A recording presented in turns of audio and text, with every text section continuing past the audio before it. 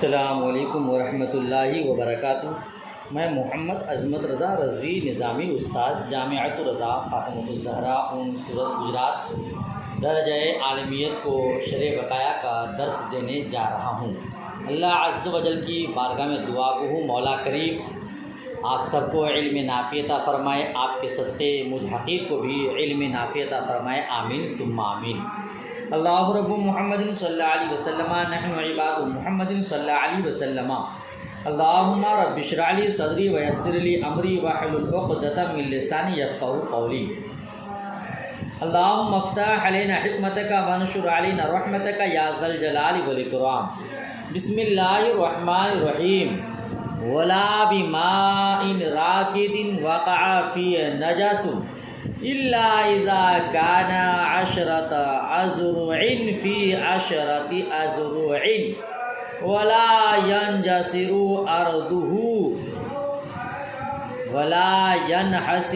أرضه بالغرف فحكمه حكم الماء الجاری۔ اور ترجمہ سنیے، اور نہ اس پانی سے وضو جائز ہے جو کہ ٹھہرا ہوا ہو، رکا ہوا ہو اور اس میں نجاست گری ہو۔ پانی ایک جگہ رکا ہوا ہے، ٹھہرا ہوا ہے، اس میں نجاست گر جائے تو اس سے وضو جائز نہیں ہے۔ الا اذا كان 10 أذرع، مگر یہ کہ وہ 10 ہاتھ کا ہو۔ کیا ترجمہ کریں گے؟ اذرعین کا معنی گز، ہاتھ، مگر یہ کہ وہ 10 ہاتھ کا ہو اور چلو بھرنے سے اس کی زمین ظاہر نہ ہوتی ہو۔ آپ دہ درد کا حکم جانتی ہی ہیں، کہتے اس کا حکم مائے جاری کا حکم ہے۔ مائے جاری کا حکم آپ پڑھ چکے۔ جاری پانی میں اگر نجاست گر جائے اس کا اثر جب تک ظاہر نہ ہو اس سے وضو جائز ہے۔ اگر رکا ہوا پانی ہے، جاری نہیں ہے، مگر وہ دہ دردہ ہے، 10 ہاتھ کا ہے، دہ دردہ ہے اور گہرائی اتنی ہے کہ آپ چلو سے پانی اٹھائے تو زمین دکھائی نہ دے، اگر اس میں نجاست گر جائے تو پھر اس سے وضو جائز ہے، کیونکہ دہ دردہ مائے جاری کے حکم میں ہے۔ سمجھ شریف میں بات آ گئی۔ فَإِنْ كَانَتِ النِّجَاسَةُ مَرْئِيَّةً لَا يَتَوَضَّأُ مِنْ مَوْضِعِ النِّجَاسَةِ بَلْ مِنَ الْجَانِبِ الْآخَرِ۔ پھر اگر نجاست مرئیہ ہو، نجاست دو طرح کی ہے، ایک مرئیہ اور ایک غیر مرئیہ۔ مرئیہ کا مطلب دکھنے والی نجاست اور غیر مرئیہ کا مطلب جو دکھائی نہ دے، جیسے گوبر ہے، لیٹرنگ ہے، بو ہے نا، تو وہ نجاست مرئیہ ہے۔ مردار جانور ہے، خون ہے، یہ مرئیہ ہے۔ شراب ہے، پیشاب وغیرہ ہے، یہ غیر مرئیہ ہے، ٹھیک ہے نا۔ تو اگر وہ نجاست مرئیہ ہو تو موضع نجاست سے وضو نہ کرے بلکہ دوسرے جانب سے کرے۔ نجاست مرئیہ ہے، نجاست دکھ رہی ہے، اس کا اثر ظاہر ہے، لہٰذا وہاں سے نہ کرے بلکہ دوسرے جانب جا کر کے، دوسرے کنارے میں جا کر کے وضو کرے۔ وَإِنْ كَانَتْ غَيْرَ مَرْئِيَّةٍ يَتَوَضَّأُ مِنْ جَمِيعِ الْجَوَانِبِ، اور اگر نجاست غیر مرئیہ ہو تو وضو کرے ہر جانب سے۔ سمجھ میں بات آ رہی ہے؟ نجاست غیر مرئیہ، جسے پیشاب کہا، میں شراب کہا، اب وہاں نجاست گر گئی دہ دردہ میں تو کسی بھی جانب سے وضو کرنا جائز ہے، ٹھیک ہے نا۔ یہ مشائخ بخارا کا قول ہے کہ نجاست مرئیہ غیر مرئیہ کا جو فرق پڑے آپ، یہ مشائخ کس کا ہے؟ بخارا کا قول ہے۔ مشائخ عراق یہ فرماتے ہیں کہ مرئی یا غیر مرئی میں کچھ فرق نہیں ہے، بلکہ سب کا یہی حکم ہے کہ جائے نجاست سے وضو نہ کرے۔ جس جگہ نجاست گری ہے اس جگہ سے وضو نہ کرے، بلکہ دوسری طرف سے وضو کرے، ٹھیک ہے۔ مگر آپ نے کتاب میں کیا پڑھا کہ مرئیہ ہو تو وہاں وضو نہ کرے، دوسری جانب سے کرے، غیر مرئیہ ہو تو کسی بھی جانب سے کر سکتا ہے۔ مصنف علیہ رحمہ کو یا یہ کہیے کہ صاحب شرح وقایہ کو پہلا قول یعنی مشائخ بخارا کا قول پسندیدہ ہے، اسی لیے کہا کہ مرئیہ ہو تو وہاں سے وضو نہ کرے، دوسری جانب سے کرے، اور غیر مرئیہ ہو تو کسی بھی جانب سے وضو کر سکتا ہے، ٹھیک ہے نا۔ وَكَذَا مِن مَوْضِعِ غُسَالَتِ، اور اسی طرح موضع غسالہ میں بھی وضو کر سکتا ہے۔ موضع غسالہ جس جگہ غسل کا پانی گر رہا ہے اس جگہ سے بھی وضو کر رہا ہے، آپ چہرہ دھو رہے ہیں، چہرہ سے جہاں پانی گر رہا ہے اس جگہ سے بھی وضو کر سکتے ہیں جبکہ وہ دردہ ہو۔ قال محی السنت التقدیر بعشر فی عشر لا یرجع الى اصل شرع یعتمد علیہ۔ محی السنہ نے کہا دردہ اصل شرع کی طرف راجع نہیں ہے کہ اس پر اعتماد کیا جائے، ٹھیک ہے۔ امام محی السنہ نے کہا کہ دردہ 10 ہاتھ میں 10 ہاتھ مقدر کرنا ایسی شرعی دلیل کی طرف راجع نہیں ہے جس پر اعتماد ہو سکے۔ کیا مطلب؟ امام محی السنہ بغوی نے احناف پر ایک اعتراض وارد کیا ہے۔ اعتراض کیا کہ دردہ میں مقید کرنے کے لیے کتاب و سنت ہونا، کتاب و سنت سے صراحتاً یا کنایتاً شرعی اصل ہونی چاہیے۔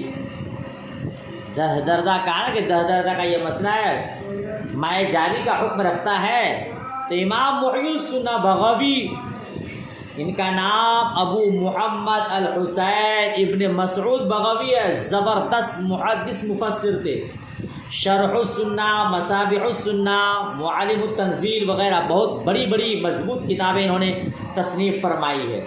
انہوں نے احناف پر یہ اعتراض کیا ہے کہ اس کو دردہ کے ساتھ مقید کرنے کے لیے کتاب و سنت سے کوئی صراحتاً یا کنایتاً دلیل ہونی چاہیے یا کم سے کم اجماع ہونا چاہیے، ہے نا۔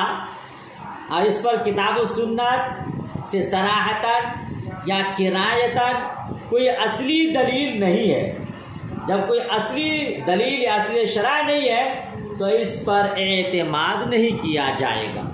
یہ کس نے کہا؟ یہ امام محی السنہ نے کہا، ہے نا۔ یہ اعتراض ہوا، جواب دیکھیے۔ اقول اصل المسألۃ ان الغدیر العظیم الذي لا يتحرك احد طرفيه بتحريك الطرف الاخر اذا وقعت النجاسة في احد جوانبه جاز الوضوء من الجانب الاخر ثم قدر هذا بعشر في عشر، ٹھیک ہے۔ وانما قدر به بناء على قول علیہ السلام من حفر بئرا فله حولها 40 ذراعا فيكون لا حريمها من كل جانب عشرة، ففهم من هذا أنه إذا أراد آخر أن يحفر في حريمها بئرا يمنع منه لأنه ينجذب الماء۔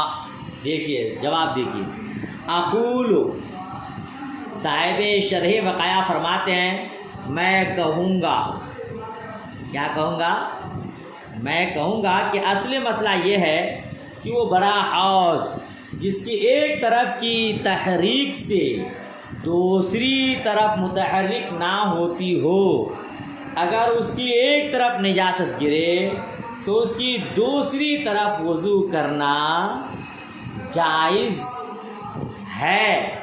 پھر اس حوض کو 10 ہاتھ میں مقدر کیا گیا، اور اس 10 ہاتھ میں مقدر کرنا یعنی دردہ میں مقرر کرنا اس بنا پر ہے کہ نبی علیہ السلام کا قول ارشاد ہے، آپ نے ارشاد فرمایا جو شخص کوئی کنواں کھودے تو اس کے لیے کنویں کے ارد گرد 40 ہاتھ ہیں، بس اس کنویں کے لیے اس کا حریم یعنی ارد گرد ہر طرف سے 10 ہاتھ ہوئے۔ لہذا اس سے سمجھ میں آیا کہ دوسرا شخص اس کے حریم میں جب کنواں کھودنے کا ارادہ کرے تو اس کو اس سے منع کیا جائے گا، کیونکہ پانی اس دوسرے کنویں کی طرف جذب ہو جائے گا اور پہلے کنویں میں پانی کم ہو جائے گا۔ ٹھیک ہے، اور آگے کا بھی ترجمہ دیکھ لیجئے۔ اور اگر دوسرا شخص نجس ڈالنے کے لیے، ناپاکی ڈالنے کے لیے کنواں کھودنا چاہے تب بھی اس کو اس سے منع کیا جائے گا۔ کیا کیا جائے گا؟ جب کوئی دوسرا شخص اس کے حریم میں کنواں کھودنے کا ارادہ کرے تو اس کو اس سے منع کیا جائے گا، کیونکہ پانی اس دوسرے کنویں کی طرف جذب ہو جائے گا اور پہلے کنویں میں پانی کم ہو جائے گا۔ اور اگر دوسرا شخص نجس ڈالنے کا کنواں کھودنا چاہے، ناپاکی، تب بھی اس کو اس سے منع کیا جائے گا، کیونکہ نجاست پہلے کنویں کی طرف سرایت کر جائے گی۔ ٹھیک ہے، اور پاک کر دینے کے لیے اس کے پانی کو روکا جائے گا۔ اور حریم جو کہ 10 ہاتھ میں 10 ہاتھ ہے، 10 دردہ، اس سے ماورا میں منع نہیں کیا جائے گا۔ تو معلوم ہوا کہ شرع نے عدم سرایت نجاست میں 10 دردہ کا اعتبار کیا ہے، یہاں تک کہ اگر سرایت کرے تو منع کا حکم کیا جائے گا۔ اور متاخرین نے اس میں لوگوں پر توسیع کی اور جمیع جوانب میں، تمام اطراف میں وضو کو جائز رکھا، کیونکہ وہ مائع جاری کی طرح ہے۔ اس پورے مسئلہ کو سمجھیے۔ امام محی السنہ نے کہا کہ 10 دردہ کو احناف نے جو مقرر کیا ہے اس کے لیے اصل شرع چاہیے، اور اس کے لیے کوئی اصل شرع نہیں ہے، لہذا اس پر اعتماد نہیں کیا جائے گا، یہ اعتراض تھا۔ صاحب شرح بقایا جواب دے رہے ہیں کہ اس کی بھی شرع دلیل موجود ہے، اس کے لیے بھی شرعی دلیل موجود ہے۔ شرعی دلیل کیا ہے؟ مصطفیٰ کریم صلی اللہ تعالی علیہ وسلم نے فرمایا من حفر بیرا فلو حولها 4، کہ جو شخص کوئی کنواں کھودے تو اس کے لیے کنویں کے ارد گرد چاروں طرف 40 ہاتھ ہے، یعنی 10 ہاتھ آگے 10 ہاتھ پیچھے دائیں بائیں، ٹوٹل ملا کے 40 ہاتھ۔ تو اس حدیث سے معلوم کیا ہوا، جب کوئی آدمی کنواں کھودے، دوسرا آدمی اس کنویں کے حریم میں، یعنی 40 ہاتھ ہوئی چاروں طرف سے 10 ہاتھ، اس کے اندر اگر کوئی کنواں کھودنا چاہے تو اس کو اس سے روکا جائے گا۔ کیوں روکا جائے گا؟ کیونکہ 10 ہاتھ کے اندر اگر کوئی کنواں کھودتا ہے تو پہلے کنواں کا پانی دوسرے کنویں میں جذب ہو جائے گا۔ پہلے کنویں کے مالک کو یہ حق حاصل ہے کہ دوسرے کو اس سے روکے۔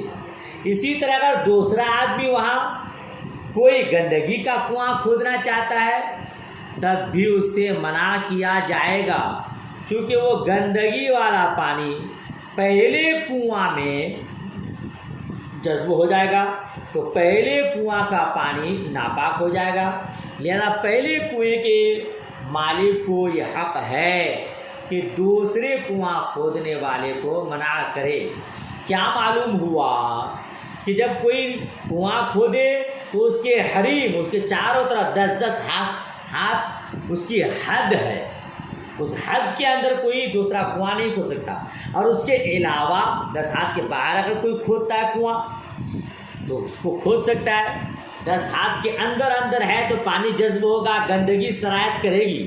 10 ہاتھ کے باہر ہے تو پانی جذب نہیں ہوگا، سرایت نہیں کرے گی۔ اسی سے فقہائے کرام نے فرمایا کہ 10 دردہ اگر ہو چاروں طرف سے 10 ہاتھ تو اس کے ایک طرف میں نجاست گرے گی تو دوسری طرف نجاست نہیں پہنچے گی، لہذا ایک طرف نجاست گر جائے تو دوسری طرف سے وضو کرنا جائز ہے۔ تو شارح نے یعنی صاحب شرح وقایا نے یہ بتایا کہ یہ بھی اصل ہے، یہ بھی معتمد علیہ ہے، اس پر اعتماد کیا جائے گا۔ سمجھ رہے ہیں؟ تو امام محی السنہ بغوی کی دلیل کا یہ جواب ہوا۔ بات سمجھ میں آ گئی؟ لہذا اگر کوئی کنواں کھودتا ہے تو اس کے چاروں طرف 10 ہاتھ اس کی حریم حد ہے، اس کے اندر کوئی دوسرا کنواں کھودے درست نہیں ہے۔ اور اگر کوئی ناپاکی کا کنواں کھودتا ہے، گندگی کا کنواں کھودتا ہے تو وہاں 10 ہاتھ کے اندر کوئی دوسرا کنواں نہ کھودا جائے، ورنہ ناپاکی وہاں پہنچ جائے گی، وہ پانی ناپاک ہوگا۔ سمجھ شریف میں بات آئی؟ آگے فرماتے ہیں اچھا، اور متاخرین حضرات نے کیا کہا؟ متاخرین حضرات نے کہا کہ یہ لوگوں پر ہے، لوگوں کی مہارت، لوگوں کا غور و فکر جتنے کو جائز قرار دے دے اتنے ہی پر ہے۔ سمجھ رہے ہیں؟ لہذا تمام طرف سے وضو کرنا جائز ہے۔ بات ختم ہو گئی۔ آگے دیکھیے، اب مائع مستعمل کا بیان آ رہا ہے۔ ولا بماء استعمل لقربۃ او رفع حدث، یہاں سے مائع مستعمل کا بیان شروع ہے۔ اور وضو جائز نہیں ہے اس پانی سے جو ثواب کے واسطے استعمال کیا گیا یا رفع حدث کے لیے استعمال کیا گیا۔ آپ جانتی ہیں مائع مستعمل کا حکم، وہ پاک ہے پر پاک کرنے والا نہیں ہے، لہذا مائع مستعمل جو قربت کے لیے یا رفع حدث کے لیے استعمال کیا گیا وہ مائع مستعمل ہے۔ قربت جانتی ہیں آپ، وضو پر وضو کرنا، تقرب الہی کے لیے اسی کو قربت کہتے ہیں، ٹھیک ہے نا؟ تو چاہے غسل کے لیے استعمال کیا گیا چاہے وضو کے لیے استعمال کیا گیا، اس پانی سے وضو کرنا جائز نہیں ہے کیونکہ وہ پاک ہے، پاک کرنے والا نہیں ہے۔ آگے کیا فرماتے ہیں؟ اعلم ان فی الماء المستعمل اختلافات، جان لو کہ مائع مستعمل کے بارے میں چند اختلافات ہیں، چند اختلافات ہیں۔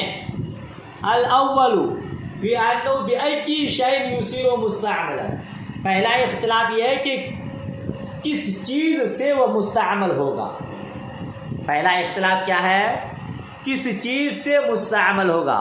فعند ابی حنیفہ و ابی یوسف بازالۃ الحدث وایضا بنیۃ القربۃ، تو امام اعظم ابو حنیفہ رحمۃ اللہ تعالی علیہ اور امام ابو یوسف رحمۃ اللہ تعالی علیہ کے نزدیک یعنی شیخین کے نزدیک حدث کے ازالہ کے لیے اور قربت کی نیت سے بھی مستعمل ہو جاتا ہے۔ کوئی بے وضو کر رہا ہے، حدث کو دور کرنے کے لیے استعمال کر رہا ہے تب بھی مستعمل، اور کوئی باوضو قربت کی نیت سے وضو کرتا ہے تب بھی مستعمل شیخین کے نزدیک۔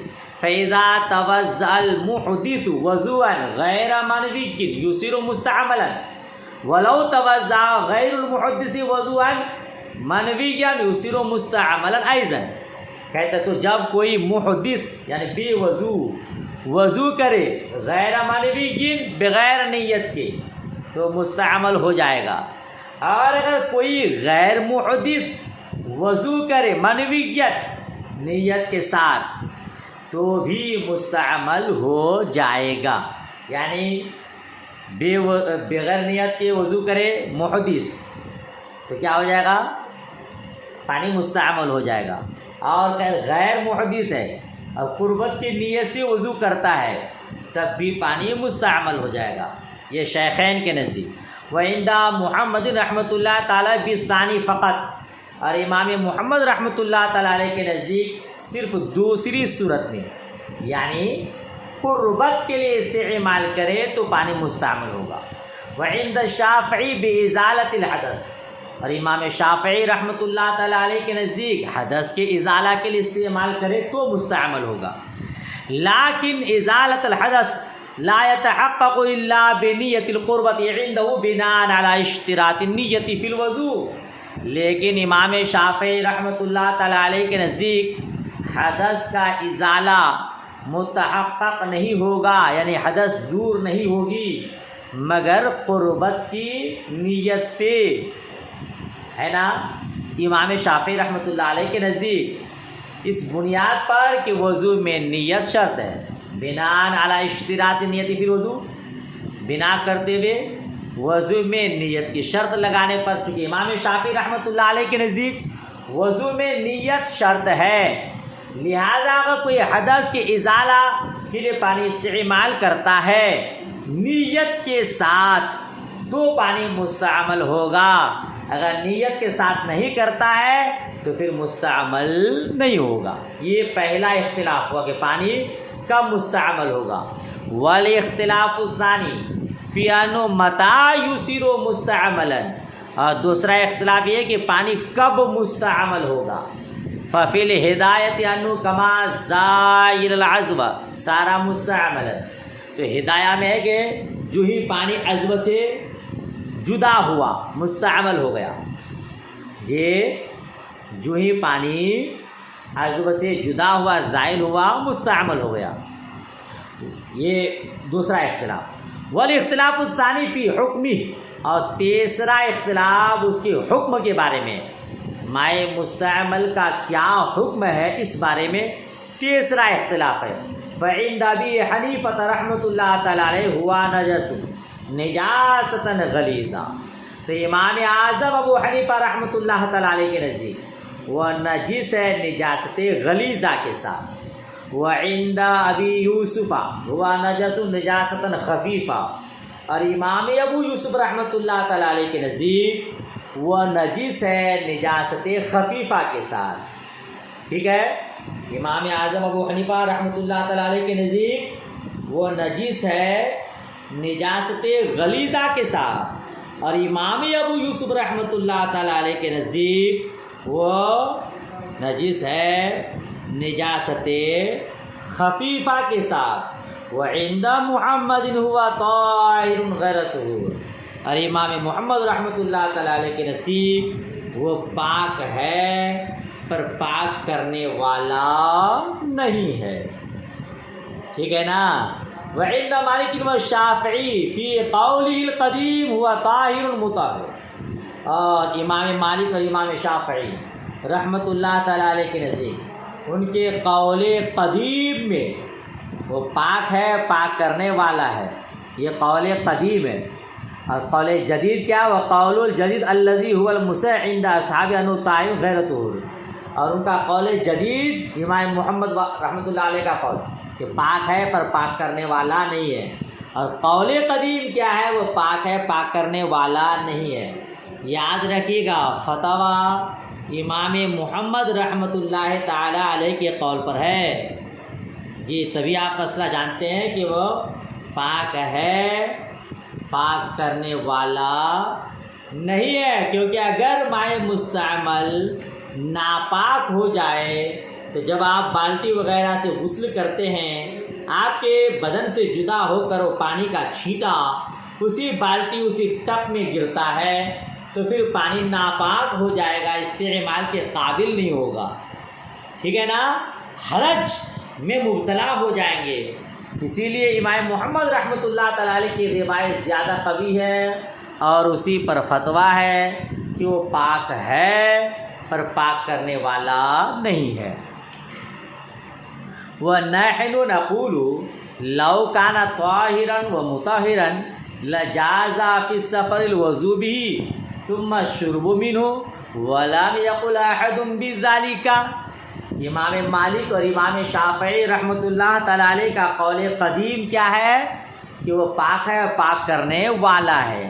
اسی پر کہتے ہیں کہ ہم کہتے ہیں اگر وہ پاک ہے، پاک کرنے والا ہے، یا پاک ہوتا، پاک کرنے والا ہوتا تو ضرور جائز ہوتا سفر میں اس سے وضو کرنا پھر اس کو پینا. حالانکہ یہ قول کسی نے نہیں کیا ہے۔ اگر وہ پاک ہوتا، پاک کرنے والا ہوتا تو مسافر کے لیے یہ ضرور جائز ہوتا کہ اسی سے وضو کرتے اور پھر اسی کو پی لیتے۔ حالانکہ مسئلہ یہ ہے کہ اگر تھوڑا سا پانی ہے کہ صرف کھانا بنانے کے لیے کافی ہوگا یا پینے کو کافی ہوگا تو اس کو کھانا بنانے کے لیے اور پینے کے لیے رکھ دے اور وہ مسافر تیمم کر لے، ہے نا۔ تو اگر مائع مستعمل پاک بھی ہوتا، پاک کرنے والا ہوتا تو ایسا کرتے، اس سے وضو کر لیتے، برتن میں پانی جمع کر لیتے اور پھر اسی پانی سے کھانا پکاتے، اسی پانی کو پی لیتے۔ حالانکہ یہ قول کسی نے نہیں کیا ہے، جس سے مسئلہ واضح ہے کہ وہ پاک اور پاک کرنے والا نہیں بلکہ پاک ہے، پاک کرنے والا نہیں ہے۔ امام اعظم ابو حنیفہ رحمۃ اللہ تعالیٰ علیہ نے جو حکم لگایا کہ نجاست غلیظ ہے، آپ جانتے ہی ہیں کہ یہ وضو کے پانی سے گناہ جھڑتے ہیں۔ امام اعظم ابو حنیفہ رحمۃ اللہ تعالیٰ علیہ نے گناہ کبیرہ کے مرتکب کو وضو کرتے دیکھا تو دیکھا کہ گناہ کبیرہ جھڑ رہے ہیں، پانی بہت گندا ہے، تو آپ نے کہہ دیا یہ پانی نجیس ہے، نجاست غلیظہ کے ساتھ۔ اور جو ہلکے پھلکے گناہ کرنے والے، گناہ صغائر کرنے والے وضو کرنے لگے تو اس سے کم گندا پانی نکلنے لگا تو کہا کہ نجیس ہے، نجاست خفیفہ کے ساتھ۔ اور جب اچھے لوگ وضو کرنے لگے تو دیکھے کہ اس کا پانی صاف ہے، ستھرا ہے، تو آپ نے کہا یہ پاک ہے، مگر ہاں چونکہ استعمال کر لیا گیا اسی لیے وہ پاک کرنے والا نہیں ہے۔ تو اسی طرح سے اس بارے میں 3 قول ہوئے۔ امام اعظم نے نجاست غلیظہ کا قول کیا، امام ابو یوسف جو ان کے شاگرد ہیں انہوں نے نجاست خفیفہ کا قول کر دیا، اور امام محمد نے آخری قول پاک اور پاک کرنے والا نہیں یہ قول اختیار کیا، اور فتویٰ اسی میں ہے۔ اگر اس کو اختیار نہیں کریں گے تو بہت حرج میں مبتلا ہو جائیں گے۔ جب بھی غسل وضو کریں گے اس کا چھینٹا پانی کے برتن میں گرے گا تو وہ پانی بھی قابل استعمال نہیں رہے گا، لہذا اسی پر فتویٰ ہے۔ آج کا سبق یہیں تک، انشاءاللہ آگے کل پڑھائیں گے۔ آپ سے گزارش ہے کہ اپنا سبق محنت سے پڑھا کیجئے، یاد کیا کیجئے۔ اللہ کریم آپ کو توفیق رفیق عطا فرمائے، آمین ثم آمین۔